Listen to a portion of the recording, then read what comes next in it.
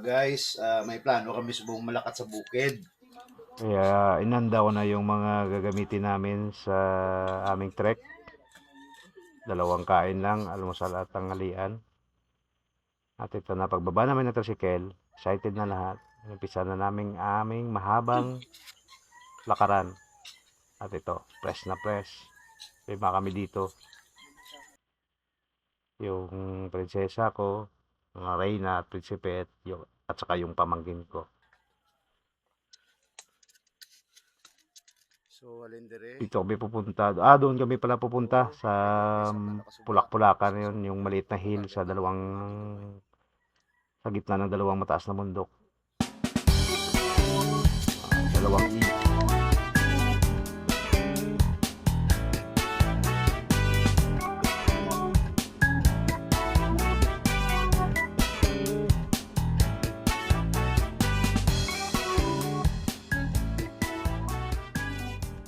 At ito na po yung aking prinsesa na sanay na siya maglakad sa mahihirap na daanan. Nagbaha gabi. Kita mo nagbaha gabi. Hanggang sa narating namin yung unang ilog. Papansin nyo, may bag na yung aking prinsesa. Hindi kasi sanay niyan mag-trek na may bag sa likod. Dati-rati yung dala niyan, stop toys lang. Ano mo? At nauna yung panganay ko doon. Kaya ta pa? Kaya lang tawagin na kaya ta pa? Siya kung kaya niya bang maligo. Miles, magdakwad Pero na toron. nagpatuloy kami. Miles, magdakwad na toron lang to mo mga Hanggang babaw na bato. Oh, so yan lang. Nag-decision kami na sa kabilang ilog na lang kami mag-aalmusal. At ito na ngayon, umpisa na namin yung pag-akyat sa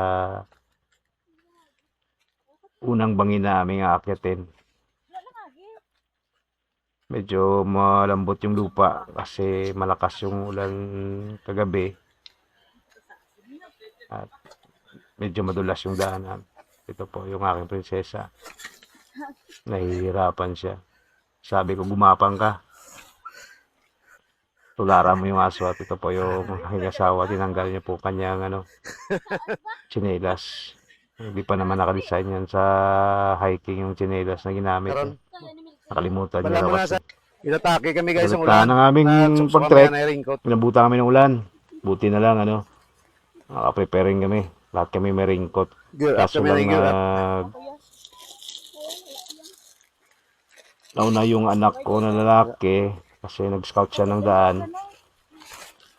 Almost 21 years na siya ako nakabalik dito kaya hindi ko na masyado matandaan yung daan. Kaya pinauna ko siya para maghanap ng possible na daanan Okay, pakyat. nago na. Dala ka siya dyan. Asol. Hanggang sa pinahabol ko sa kanya-kanyang raincoat na nasa aming bag. Pinahabol ko sa aking pamangkin. Buti na lang may raincoat kami isa-isa. Kaya kahit na umulan, tuloy pa rin ang aming trek. At saka po, two-way radio yung nagamit namin dito. May inam po kasi siyang komunikasyon. At po, nabutan na namin yung panganay ko na kinukonsider na namin lead scout.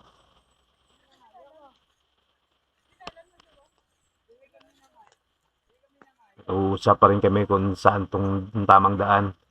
Pero basta sabi ko, hanapan mo lang ako ng daan na pakyat. Sigurado makakyat tayo doon sa taas. Matitrace ko na yung yung dating daanan. Kasi binago nila kasi ito eh. Hindi na itong original na daanan na dinadaanan ko way back 21 years ago. At saka dito may decision kami na sa kabila kami dadaan. Hanggang may napansin siya na may bahay sa taas, which is magandang senyales na talagang ang daan na ito ay patungo sa taas. At saka narating namin yung bahay na tinuturo niya. Sa sarap ng kwentuhan, hindi ko napansin na hindi ko pala nasama sa frame ng kamera ko yung mukha ng mayari. At nakiraan na kami sa nagtanong kami ng tamang daan hanggang tinuro niya kami sa aming pupuntahan, ang daanan sa aming pupuntahan. Mano. Gutom na raw. Ay reklamo na yung prinsesa ko na nagugutom na. At sabi ko, sa kalawang ilog na lang kami kakain para makapaghugas kami ng maayos din. Kasi doon may tubig. Pero nagmamadali ako mauna para maluto ko yung ulam namin, which is ang pancit canton. Say!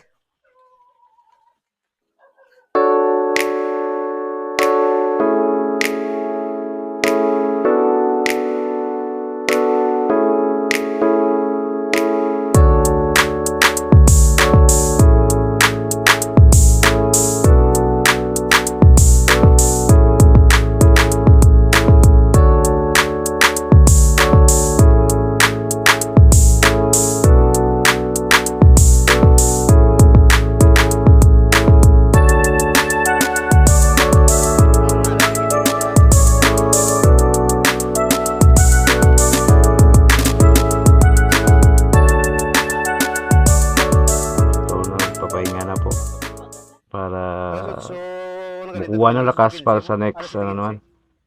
Ascent naman. Last na lang to na bangin na akyatin. Pero kakain muna kami ng almusal namin para may lakas. At katapos ng kumain ng almusal, magpapahinga at saka tuloy naman. At ito, habang nagluluto kami, minamit ako.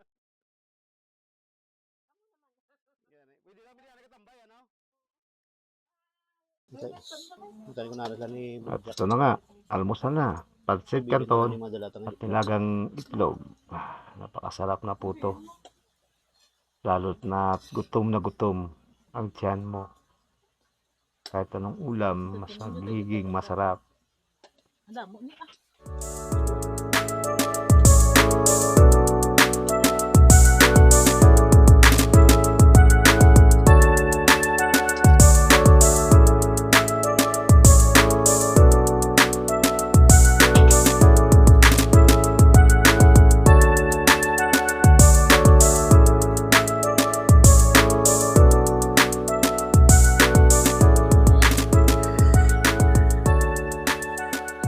Tapos ng aming almusal, mas mga 20 minutes, back on track kami.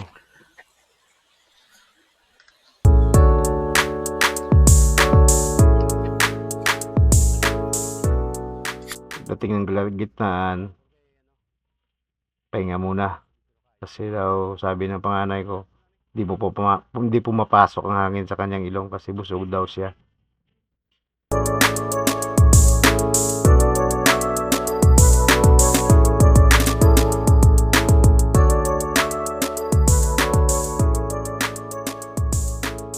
Ito na nga, natingnan namin yung pinakaunang open space. Malalapad na grassland at hindi masyado kataas ang mga puno. Ito po yung kabaan ng grassland na to. Tara! Paligiran ng mga maliliit na puno. Beb! Pag mainit, perfect spot po siya sa mainit na panahon kasi pwede kang sumilong sa maliliit na puno. Ang hangin po dito ay napakalamig. Kaso lang, kayang portion na po ito, portion na po ng matataas na malapit ka na sa araw. Kaya pag uminit dito, talagang mainit. Pero pag gabi, siguradong lalamigin ka.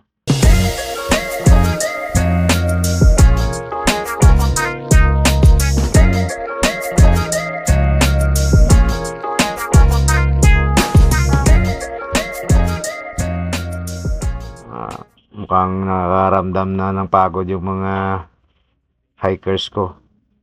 Pero pinupush ko lang sila na bawal umayaw. At ito na, pagkatapos namin doon sumung sa maliliit na puno, ikalawang Open space na. Open space. Napakasarap kampingan.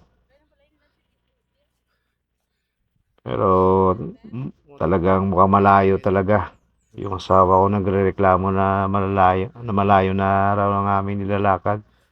First time nila kasi malakad ng ganitong kahaba ang yung mga bata. Kaya ramdam niya na ang pagod.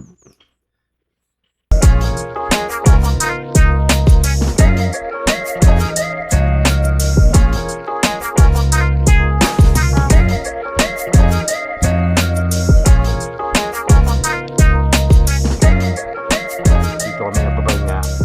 Pahingaan daw ng kalabaw to. Kaya lumipat kami ng ibang posisyon. At habang hindi naman mainit, kumuha ako muna ng slow mo shots. Kasama pa yung aso namin, no? At saka yung mga bata, hindi naman mga bata, malalaki na to eh. Kaso hindi lang sanay na maglakad. Ito na po, naglipat na po kami. Dito sa mararaming puno. Sarap matulog dito sa lugar na to. Kaso lang ay medyo kaunti yung dala naming mga tululugan. Wala magawa, nagmamasid lang. Kasi tanaw dito yung kabuuan ng Bacolod City. At imagine namin na siguro masarap pa ito lalo na paggabi. Palipas ng oras, lapit sa 2 oras dito. Ito kwento, yung panganay ko nakapula, masarap ang tulog. Pero before natulog rin yun yung prinsesa ko at asawa ko. Hanggang nanangalian na kami. Ito pa rin. Ano pa rin? Kwento-kwento. At nagligpit na para makauwi kasi dumidilim na yung langit, mukhang uulan. Pasensya na po sa pagtatagalog ko. Di lang sanay yung dila ko na magtagalog siguro. Kasi every time mag-post ako about camping, may nag-message sa akin na detalye ko raw ang aking camping. At saka i-upload, gawa ng video. At i-upload kasi may hilig din siya sa camping para ma-feel niya na nag-camping rin siya. Kaya pasensya naman po talaga. Masasanay rin siguro tong dila ko. At salamat sa panonood. Hanggang sa next video po. Sana po subaybayan niyo ako sa aking pamilya sa aming mga outdoor adventure. Salamat!